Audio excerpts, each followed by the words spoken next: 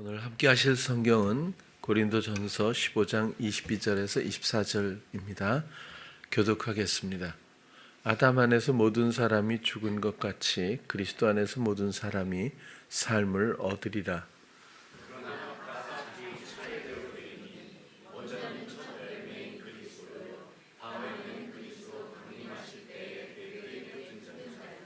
함께 그 후에는 나중이니 저가 모든 정사와 모든 권세와 능력을 멸하시고 나라를 아버지 하나님께 바칠 때라.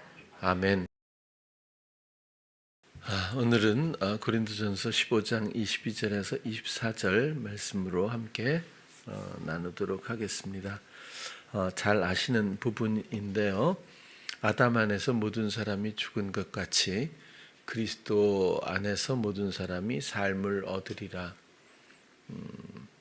여러분, 우리는 나름 신앙생활을 하고 또 나름 사회생활을 하고 가정생활을 하면서 살아갑니다. 그러나 어찌 보면 영적으로 보면 오늘 이 22절에 이 두 부류밖에는 없습니다. 우리가 살아있다고 해도 영원히 보장된 것도 아니고 또 우리가 하는 일들도 또 영원한 것들도 아니고 어떤 의미를 부여하기가 좀 그런 것처럼 사실 본질적인 문제들이 아니라는 거죠. 아담 안에서 모든 사람이 죽었든지 혹은 그리스도 안에서 모든 사람이 삶을 얻는 것, 그것이 영적인 설명이고 모든 사람들 앞에 놓여 있는 선택지일 뿐입니다.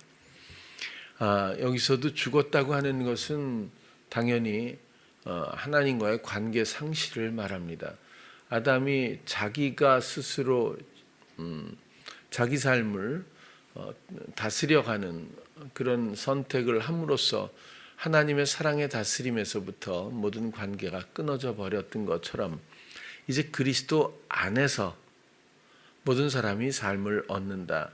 자, 아담 안에서 죽고 그리스도 안에서 산다. 여기서 사는 것도 자, 죽는 것부터 아담 안에서입니다. 아담 안에서라는 뜻은 우리가 아담 속에 있는 것 아니지 않습니까? 아담의 원리 안에서. 그런 것들이 모든 사람들의 마음과 또 삶 가운데 유전이 되어 있죠. 그래서 아담의 살았던 그 원리를 우리가 그대로 답습할 수밖에는 없습니다. 오히려 더 복합적으로 복잡할 수 있어요. 그 아담의 사는 원리는 여전히 우리의 생각, 내가 내 삶을 경영하고 주장하고 판단하고 분석하고 추구합니다. 그런 것은 하나님과의 관계 상실로 갈 수밖에 없고 그 관계 상실이라는 것을 언제나 우리는 확인할 수밖에 없습니다. 교회 나온다고 하나님과 관계가 회복된 것 전혀 아닙니다. 신앙생활 한다고 열심히 한다고 하나님과의 관계가 회복됐다고 말할 수가 없습니다. 이거는 교회를 나오고 헌신하고 이런 문제가 그런 문제를 또 비하하는 것이 아니라 본질이 아니라는 뜻입니다. 아담의 원리로 사는 것, 그것은 결국 자기 경영에 빠져 있는 것입니다. 그러든지 아니면 그리스도 안에서라는 말은 복잡하게 생각할 게 하나도 없고 그리스도가 보여주셨던 모든 원리가 내 삶에 적용되는 것입니다. 그래서 이 세상에서 죄 없이 태어나신 유일한 분이시고 사람으로서 그 하나님을 사랑하고 하나님을 신뢰하고 믿고 또 순종했던 단 한 사람의 의인입니다. 그리고 그 그리스도께서 그렇게 했던 수많은 사랑과 믿음과 그 순종이 우리 안에 원리로 와 있다는 겁니다. 우리가 선택하기만 하면, 우리가 의뢰하기만 하면, 관심을 갖고 작은 방향만 마음을 틀어드려도 이런 원리들은 우리 삶에 여지없이 나타납니다. 만약에 그런 것을 경험을 못했다면 선택하지 않았다는 이야기나 마찬가지일 정도로 이건 등식이 성립이 된다는 그런 말씀을 드리고 싶어요. 그리스도는 우리가 그리스도 안에 있어야 하지만 그 말은 그리스도의 원리가 이제 우리의 삶을 주도해야 되지만 또 그리스도께서는 우리 안에 계십니다. 그래서 여기서 모든 사람이 삶을 얻으리라 이 말은 조에하고 포이에오입니다. 조에는 생명이죠. 포이에오는 창조하다, 만들다 그런 뜻이죠. 그러면은 이제는 우리의 삶을 다시 만드는 게 아닙니다. 우리의 삶을 또 만드는 게 아니라 그리스도 안에서 그리스도의 생명, 그리스도에게 부여된 생명, 이것이 진짜 생명입니다. 이것은 끝이 없습니다. 이것은 한시적일 수가 없는 것이고 하나님께서 그리스도에게 부여하신 단 하나의 부활의 생명, 그 생명으로 우리 안에 오셔서 우리 안에서 우리의 생명이 되시겠다고 하는 것이 복음이지 않습니까? 그래서 그리스도 안에 있는 사람은 이제 아담의 원리로 사는 것이 아니라 그리스도의 원리로 사는 모든 사람들은 그리스도의 부활의 생명의 연합으로서 그것을 얻게 돼서 이제는 그 부활의 생명을 우리가 만들어가고 창조하고 그것을 우리가 누리면서 살아가게 되는데 이것은 영적인 일이라서 몸을 입고 있다고 해도 몸을 벗는다고 해도 마찬가지라는 겁니다. 우리는 몸이 기준일 때가 있고 육신이 기준일 때가 있고 상황이 기준일 때가 있고 세상이 기준일 때가 있고 성향이 기준일 때가 너무 많습니다. 그러나 이런 건 모든 것들이 아담 안에서의 원리들입니다. 그것이 아니라 오직 이제는 그리스도의 생명만이 우리의 전부가 되어야 합니다. 내가 사는 것은 전혀 중요하지 않고 중요하지 않다는 것이 아니라 우리가 사는 것은 여전히 마지막에 하면 허무밖에 없습니다. 허망한 것이고 의미가 있어 보이지만 한시적일 수밖에 없고 또 대단한 것 같고 우리의 노력의 산물로서 뭔가 주어지는 것 같지만 이 모든 것들도 사라질 뿐이고 시간이 지나면 아무도 기억하지 않는 스쳐 지나가는 그 어떤 것에 불과한 것이 인생이고 또 인생의 의미라고도 생각을 해봅니다. 23절에 그러나 각각 자기 차례대로 되리니 먼저는 첫 열매인 그리스도요. 동시에 그리스도와 우리가 동시에 생명을 부여받은 게 아니잖아요. 그리스도에게 부여하셨고 그 다음 단계가 있습니다. 그리스도의 생명을 누리게 되는 그 다음 단계죠. 다음에는 그리스도 강림하실 때 그에게 붙은 자예요. 자칫하면 재림하실 때 예수님의 재림을 함께 보고 또 거기서 뭔가 주님과 함께 이렇게 생각할 수 있는데 여기서 강림이라고 하는 단어가 파루시아라고 하는 단어예요. 파루시아라고 하는 단어는 파레이미라는 단어에서 유래되었다고 해요. 이 파레이미는 두 가지가 합성되는데 파라 아시죠? 곁에 함께 파라. 성령이 파라클레토스잖아요. 곁에서 도우시는 분. 파라는 곁에 함께라는 뜻이고 에이미는 잘 아시죠? 너는 무엇이다. 나는 무엇이다 할 때 에이미는 그런 존재감을 말하잖아요. 에고 에이미에서. 그러면 이번엔 에고 에이미가 아니라 파레이미입니다. 파라하고 에이미. 이건 곁에 함께. 우리는 그리스도와 함께 있는 존재이다. 우리는 그리스도의 곁에 있는 존재이다. 그런 뜻이라고 봅니다. 그래서 강림이라고 하시는 것은 어떤 정말 하늘에서 내려오시는 재림 이런 게 아니라 우리 마음속에 오신 예수 그리스도와 내가 함께 있는 그리스도와 함께 그리스도의 곁에 있는 나의 존재, 거기서 발견되는 나의 존재가 그리스도의 강림이라고 하는 뜻입니다. 그래서 한글 성경에는 강림하실 때 그에게 붙은 자요라고 이렇게 되어 있지만 원문은 붙은 자요라는 얘기가 없어요. 그게 아니라 그리스도와 함께 있는 자요 이렇게 되는 겁니다. 그러니까 첫 열매는 그리스도고 그 다음은 그리스도와 늘 함께 늘 곁에 있는 자요. 그런 뜻으로 이해를 하면 좋을 것 같습니다.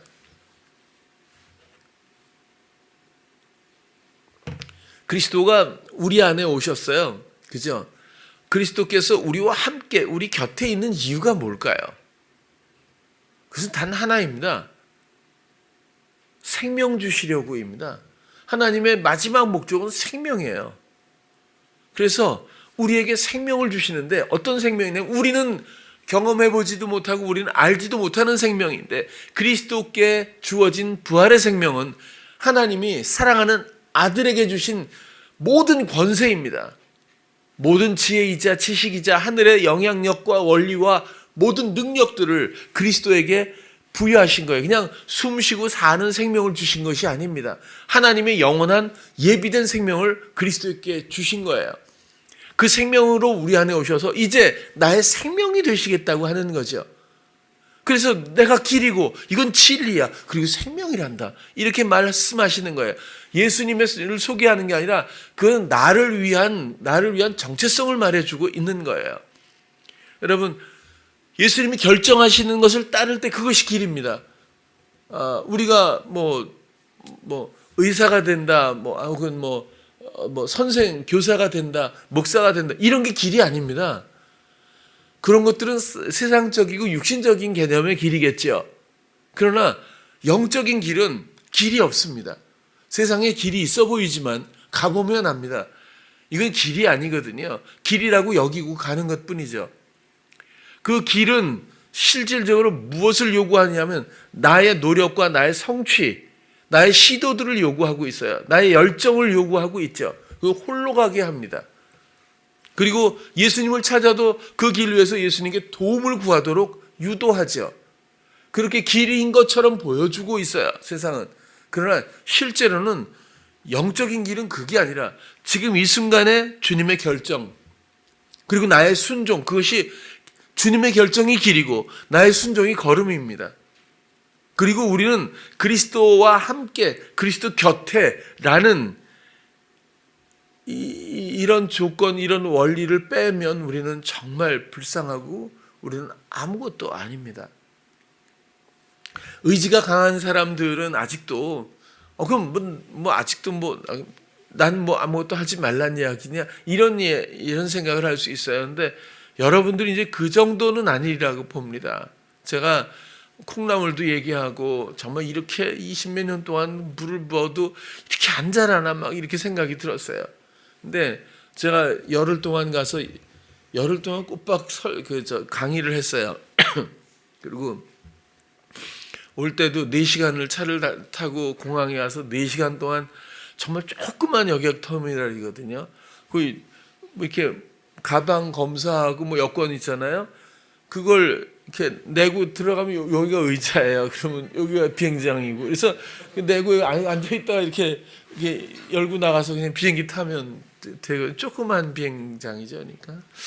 그리고 아무튼 중요한 건 아니지만 이번에 무안공항에서 있었던 그 같은 기종을 오가며 타는 바람에 기도를 많이 하게 돼요. 근데 어쨌거나 4시간 동안 꼬박 앉아 있었고 4시간 동안 비행기를 타고 그러다 보니까 제가 지금 많이 사실 피곤이 안 풀렸어요. 정신이 하나도 없을 정도로.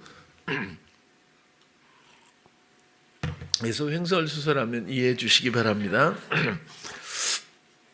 뭐 얘기했는지 또 잊어먹어 버렸어요. 자, 그래서 우리가 홀로 있다고 하는 것, 이건 정말 무서운 시험이에요. 여기 콩나물 얘기하다가 글로 갔잖아요. 20년 동안 이렇게 해서 저는 안 자라는 줄 알았어요. 여러분들이 정말 지독하다. 정말 이렇게 변화가 없을까? 굉장히 마음이 늘 그랬거든요. 그래도 제가 언젠가부터 그걸 내려놨어요. 포기한 거죠. 이건 내 일이 아니잖아. 주님의 일인데 내가 왜 이거 안쓰럽게 생각까지 할 필요가 있나? 왜냐하면 제가 못 살겠으니까. 그래서 놓고 주님, 이건 주님의 일입니다. 주님 성장도 주님의 일이고 주님의 때가 있겠죠. 이러고 이제 갔잖아요. 필리핀에 갔는데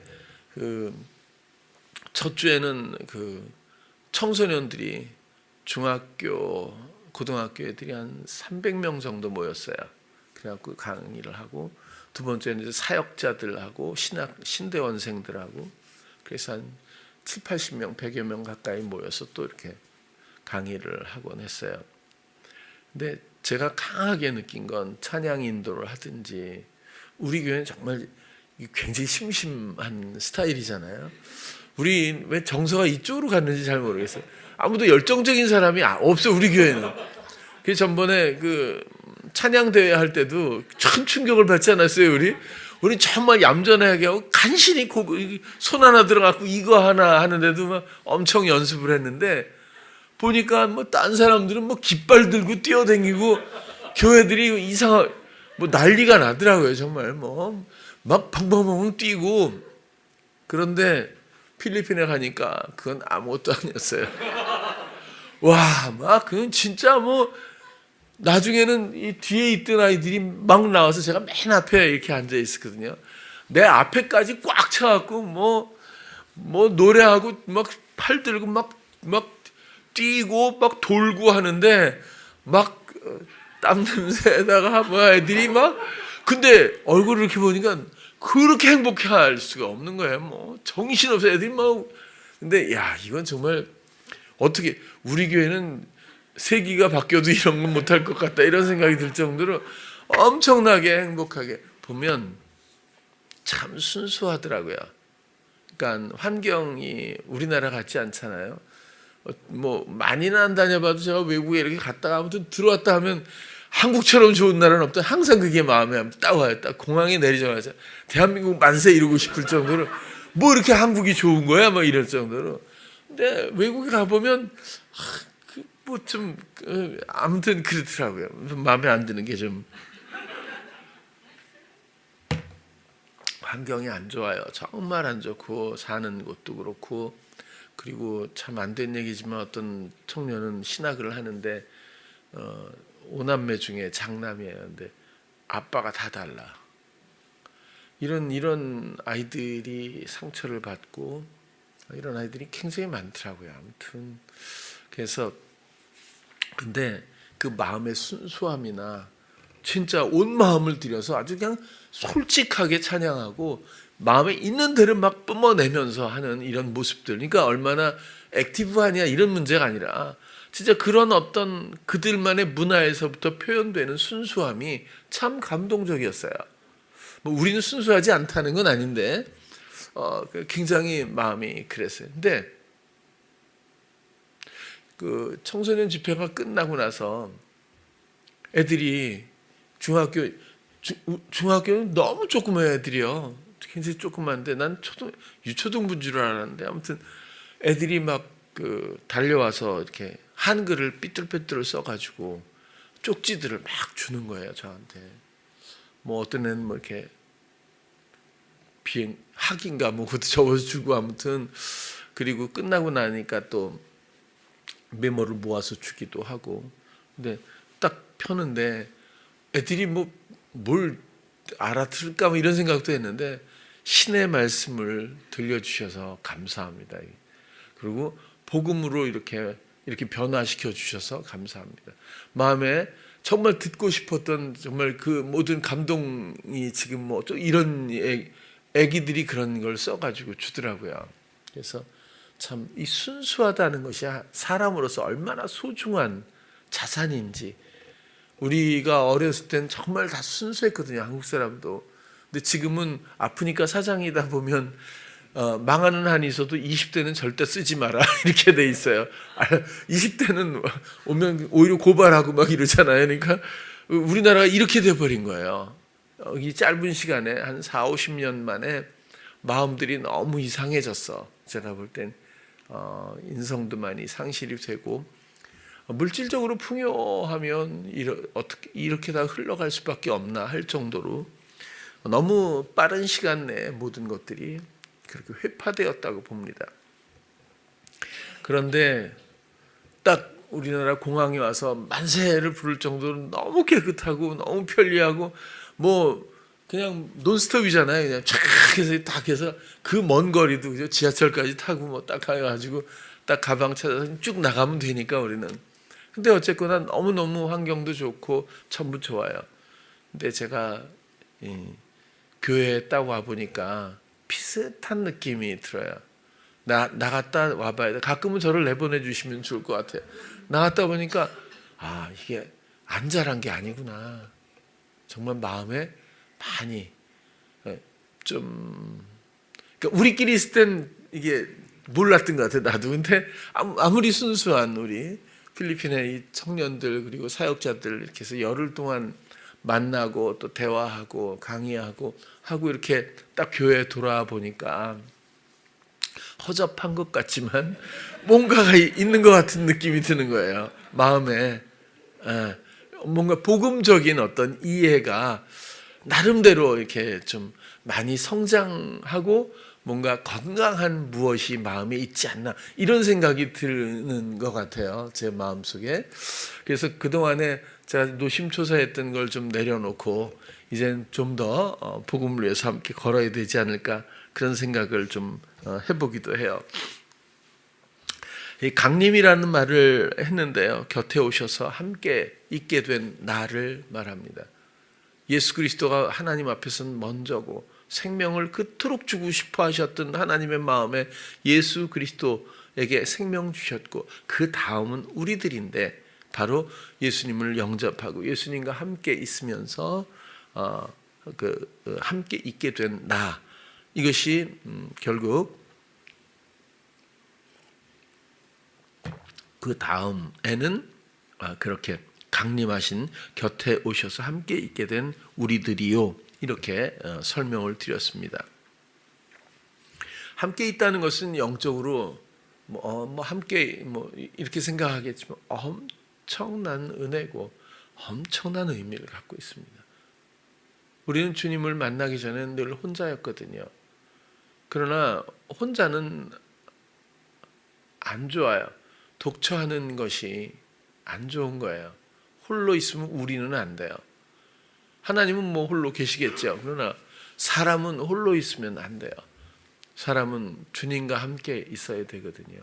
그래서 이 가족 관계라든지 이 모든 것들도 육신이 먼저가 아닙니다. 영적으로 아버지와 자녀, 그리고 아내와 남편, 또 함께 있어야 하는 것, 사랑의 여러 가지 속성들, 이런 것들은 육신이 먼저가 아니라 영적인 것이 먼저고, 그것들이 투영돼서 그림자처럼 우리 육신적인 삶에서 많은 교훈과 그리고 감각을 위해서 주어진 거라고 생각을 해보게 되는 거죠. 홀로 있다고 하는 것, 이것이 얼마나 우리한테 익숙하고 또 이것이 얼마나 큰 시험인지 여러분들도 많이 이젠 아실 거예요. 왜냐하면 함께 있고 싶지 않으세요? 얼마든지 주님과 늘 함께 있고 싶죠. 그러나 함께 있어 본 기억이 얼마나 되십니까? 이런 것들이 시험이라는 거예요. 우리의 의지로 그렇게 쉽게 되지 않아요. 중요한 것은 우리가 주님을 기억하지 못해도 주님은 항상 우리와 함께 있다는 거예요. 그러면 기본은 끝납니다. 기본은 되지 않습니까? 내가 주님을 기억하지 못했다고 하더라도 주님이 나를 잊는 법은 없습니다. 내가 주님 없이 나홀로 하는 것 같지만 사랑이신 주님이 내 옆을 떠난 적은 없습니다. 이것을 이 믿음이 이런 의식이 제가 볼 땐 기초라고 보는 거예요. 그래서 간혹은 우리가 곁길로 갈 수 있어요. 간혹은 혼자 시도할 수 있습니다. 간혹은 성향적으로 또 돌아갈 수도 있겠죠. 그러나 너무 힘들어하지 마세요. 그때도 주님은 절대로 떠나는 법이 없어요. 하나님은 졸지도 주무시지도 않아요. 그리고 참새 한 마리도 허락 없이 떨어지지 않는다고 한다면 우리의 이탈을 하나님이 모르시겠어요? 세상에는 단편적인 의미나 가치만 있는 것은 아닙니다. 이렇게 보면 굉장히 좋아 보이지만 부족한 것이 반드시 그곳에 있어요. 어떻게 보면 이것은 굉장히 결여된 것 같아요. 그러나 자세히 보면 또 다른 유익의 교훈도 있답니다.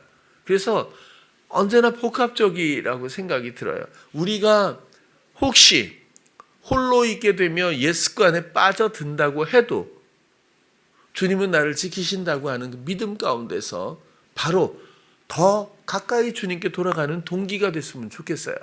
우리는 한 번에는 안 되는 것 같아요. 에녹처럼 한 방에는 안 되는 것 같아요. 그리고 그것이 꼭 한 번에 안 되는 것이 잘못된 것이 아닙니다. 그리고 우리의 시간들은 정확하게 하나님이 정해 주셨어요. 그리고 그 시간은 얼마나 오래 살았느냐, 이것도 육신적인 개념일 뿐이에요. 어떤 사람은 하루가 1000년같이 살 수도 있고요. 1000년을 하루같이 살 수도 있지 않겠어요? 시간 개념이라는 것은 어떤 관점에서 그렇게 중요하지 않는다고 봐요. 우리는 주님과 함께 주님의 일, 주님의 생명을 누리고 주님의 생명을 전해야 되는 그 다음 차례로 하나님이 부르신 성도들입니다. 그것뿐이거든요. 그것이 어찌 보면 우리 삶의 가장 중요한 본질적 의미라고 생각이 들어요.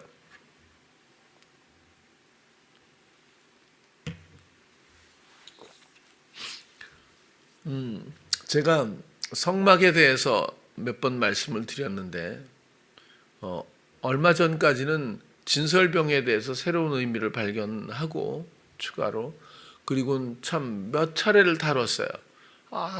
이게 우리들을 얘기하는 거구나. 누룩 없는 그러니까 옛 성향이라든지 뭐 이런 모든 것들 그런 자기 시도라든지 옛 원리들을 전부 하나도 그 안에 누룩처럼 부풀어 올려지는 그런 것들이 하나도 없는 무교병으로서 하나님 앞에서 하나님이 자기를 위해서 전시하고 자기를 위해서 함께 이야기하고 싶어하는 것.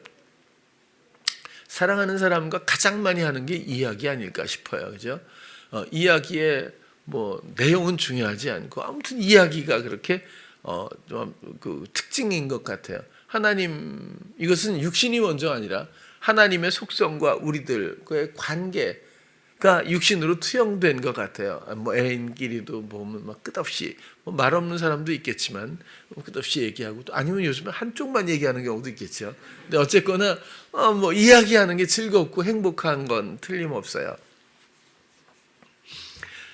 그 진설병에 대해서도 말씀드렸지만 금등잔이 한 달란트라는 것이 시대에 따라서 조금씩 무게가 달랐다고는 해요. 20 몇 킬로, 30 몇 킬로, 40 몇 킬로. 그런데 이때는 43 킬로 정도였다고 주장을 하는데 43 킬로면 꽤 엄청난 금 한 덩어리일 거예요.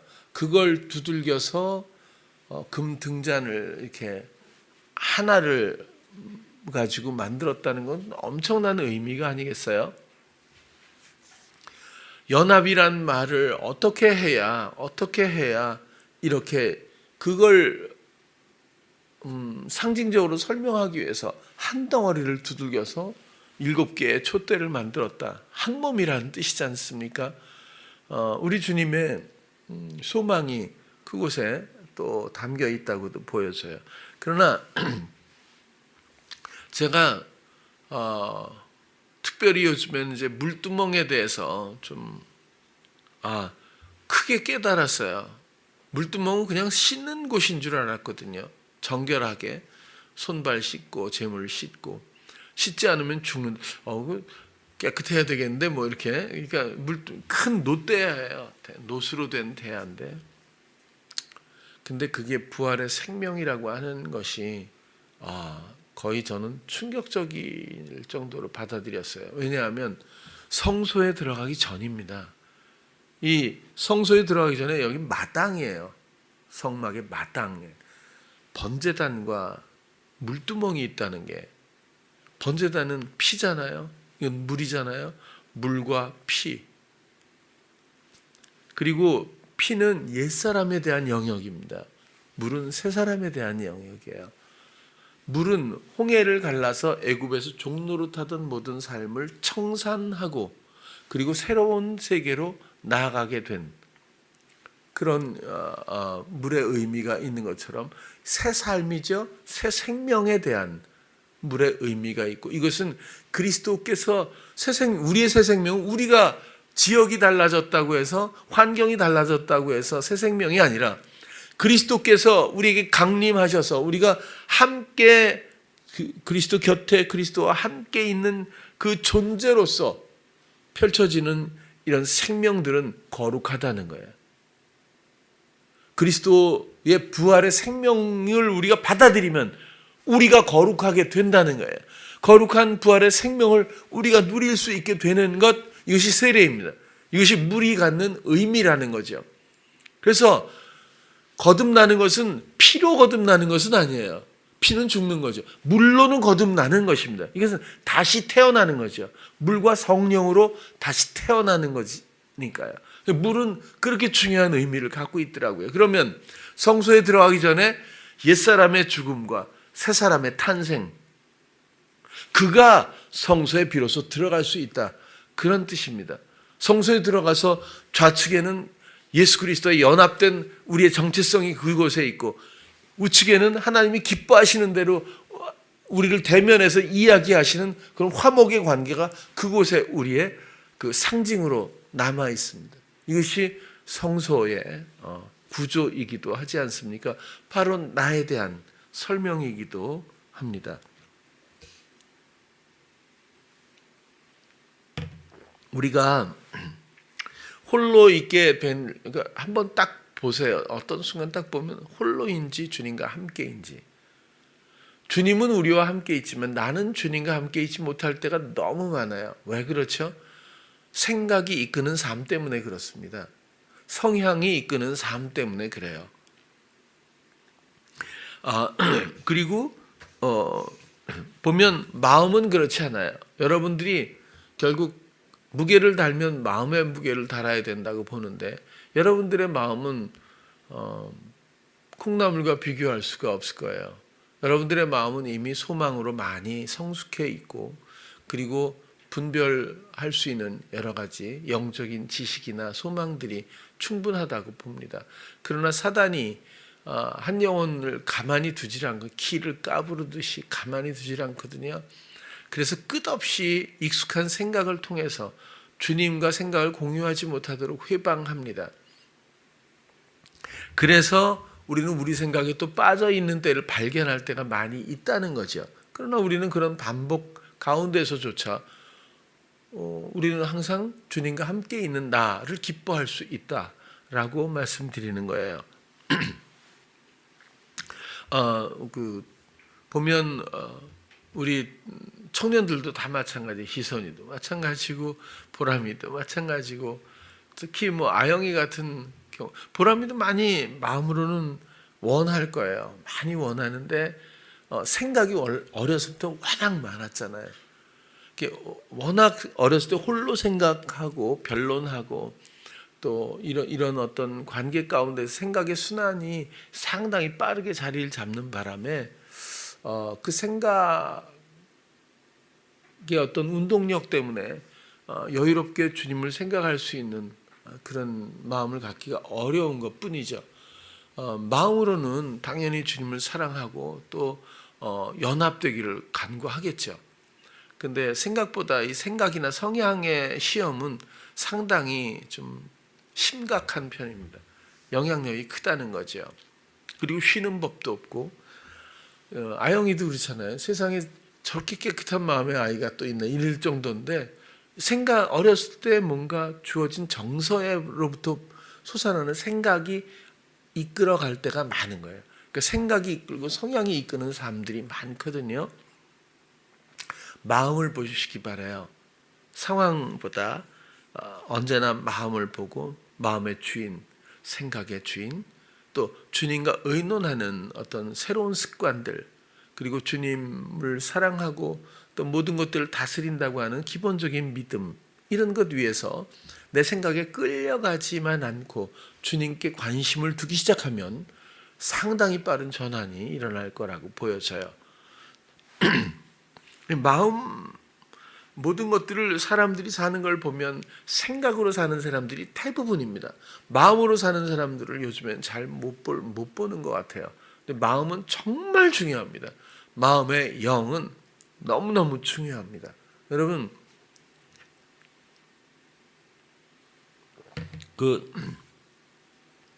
저도 아직 기억이 남아요. 미스터 트롯 할 때 임영웅, 그죠? 그 친구가 나와서 어느 60대 노부부의 이야기인가? 그 노래를 했어요. 김광석 씨 노래였죠. 중간에 휘파람도 불고 그러면서 그 노래를 했을 때 저도 막 눈물이 나가지고 막 너무너무 감동을 받았어요. 근데 지금은 임영웅 씨가 무슨 노래를 불러도 하나도 감동이 안 느껴지는 것 같아요. 그때는 경연이잖아요. 경연이고 인생이 달려 있잖아요. 얼마나 긴장을 했을까. 근데 이 사람은 마음으로 노래를 불러주었어요. 그때. 그래서 마음에 다가온 거죠. 요즘에는 또 저만 보는지 모르겠어요. 현역가왕 2를 하고 있습니다. 요즘에 이런 프로가 너무 많아서 저는 너무 좋은 것 같아요. 근데 거기 보면 또 뭐 이렇게 에이스들이 나와서 또 이렇게 노래를 팀마다 부르기도 하고 이렇게 하잖아요. 개인 나오지만 아무튼 보면 어떤 사람은 정말 잘 부르려고 너무너무 노력하고 잘 부르려고 하는데 마음으로 하나도 안 오는 그런 게 있고, 어떤 사람은 좀 온 마음으로 이렇게 노래를 해서 막 또 눈물이 나려고 그러고 막 그런 사람도 있어요. 여러분, 마음의 능력이 엄청난 겁니다. 진실이 마음에 있지 생각에 있겠어요? 사랑이 마음에 있지 생각에 있겠어요? 근데 우리는 생각으로 살거든요. 정말 생각 없는 거죠. 이게 마음으로 살아야 돼 마땅한데, 누구하고 교제를 해도 그렇고 무슨 일을 해도 그렇고 어떤 관계에서도 그렇고 어떤 상황에서든지 우리는 마음을 다해야 되거든요. 하나님 앞에 우리 성경에도 마음을 다하고 이게 먼저 나오잖아요. 하나님 앞에 생각으로 뭐 이렇게는 안 나옵니다. 이 생각은 정말 덧없거든요. 사람마다 다 다르고. 근데 여전히 생각에 이끌려 산다고요. 그게 홀로의 길을 걷고 있는 거예요. 주님을 생각할 겨를 없이 분주한 생각으로, 익숙한 생각으로, 또 생각의 순환으로 그렇게 끌려가는 게 사람이거든요. 일반이거든요. 모든 사람들이 대부분 그래요. 경계해야 됩니다. 우리 마음은 우리가 지켜야 되지 않겠어요? 주님께 드려야죠. 모든 마음의 관심을 주께 드리고 마음으로 이야기해보는 거죠. 그럼 감동할지 모르겠다는데 아무튼 교감이 되지 않겠어요? 그럼 마음에 알게 되는 게 많아요. 마음에 깨닫게 되는 거예요. 마음에 들리는 거예요. 마음의 귀지 생각의 귀가 아니거든요.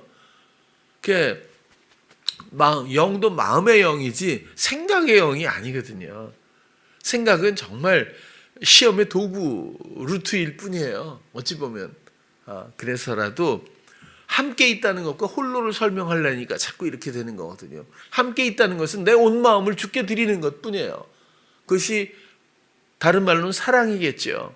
혹은 믿음일 수 있고 소망일 수 있겠죠. 마음을 온전히 드리지 않고 교감할 수 있다는 것은 굉장히 어려운 일입니다. 그러나 많은 사람들이 아직도 생각으로 주님을 생각하고 생각으로 뭔가 부탁하고 생각으로 기도를 한다는 얘기예요. 감흥이 있을까요? 그렇죠? 노래조차도 그런데 생각으로 사는 것은 세상의 방법이고 그리고 시험에 익숙해져 버린 하나의 원리일 뿐입니다. 우리의 생각으로 우리의 마음을 빼앗길 때가 얼마나 많습니까? 허접한 생각으로 인해서 우리의 마음이 상할 때가 얼마나 많습니까? 조급해지고 어느 때 우울해지고 어느 때 불안해지고 어느 때 염려에 가득하게 되고 모든 것들이 생각으로부터 마음을 빼앗긴 그런 상황들 아닐까요? 주님이 없으면 우리는 늘 그렇게 먹잇감일 뿐입니다. 누가 어떤 사람이 대단하다고 외칠 수 있겠어요?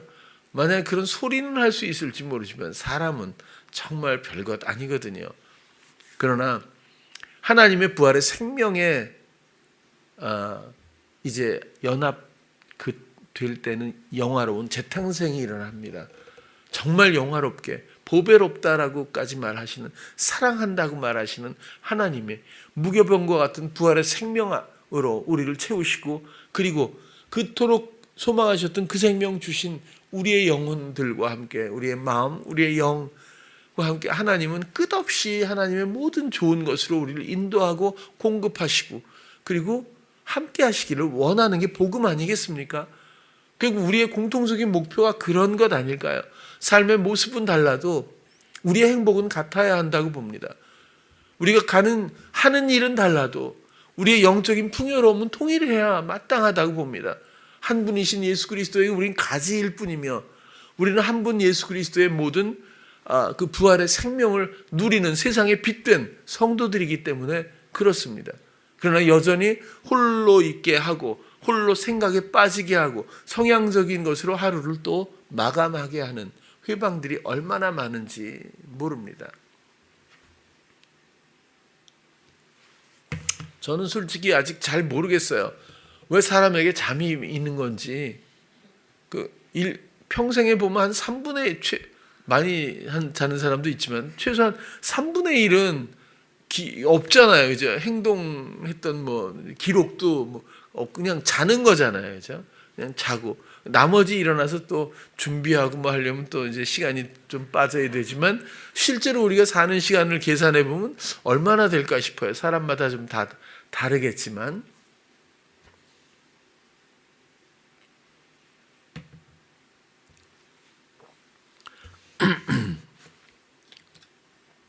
사람은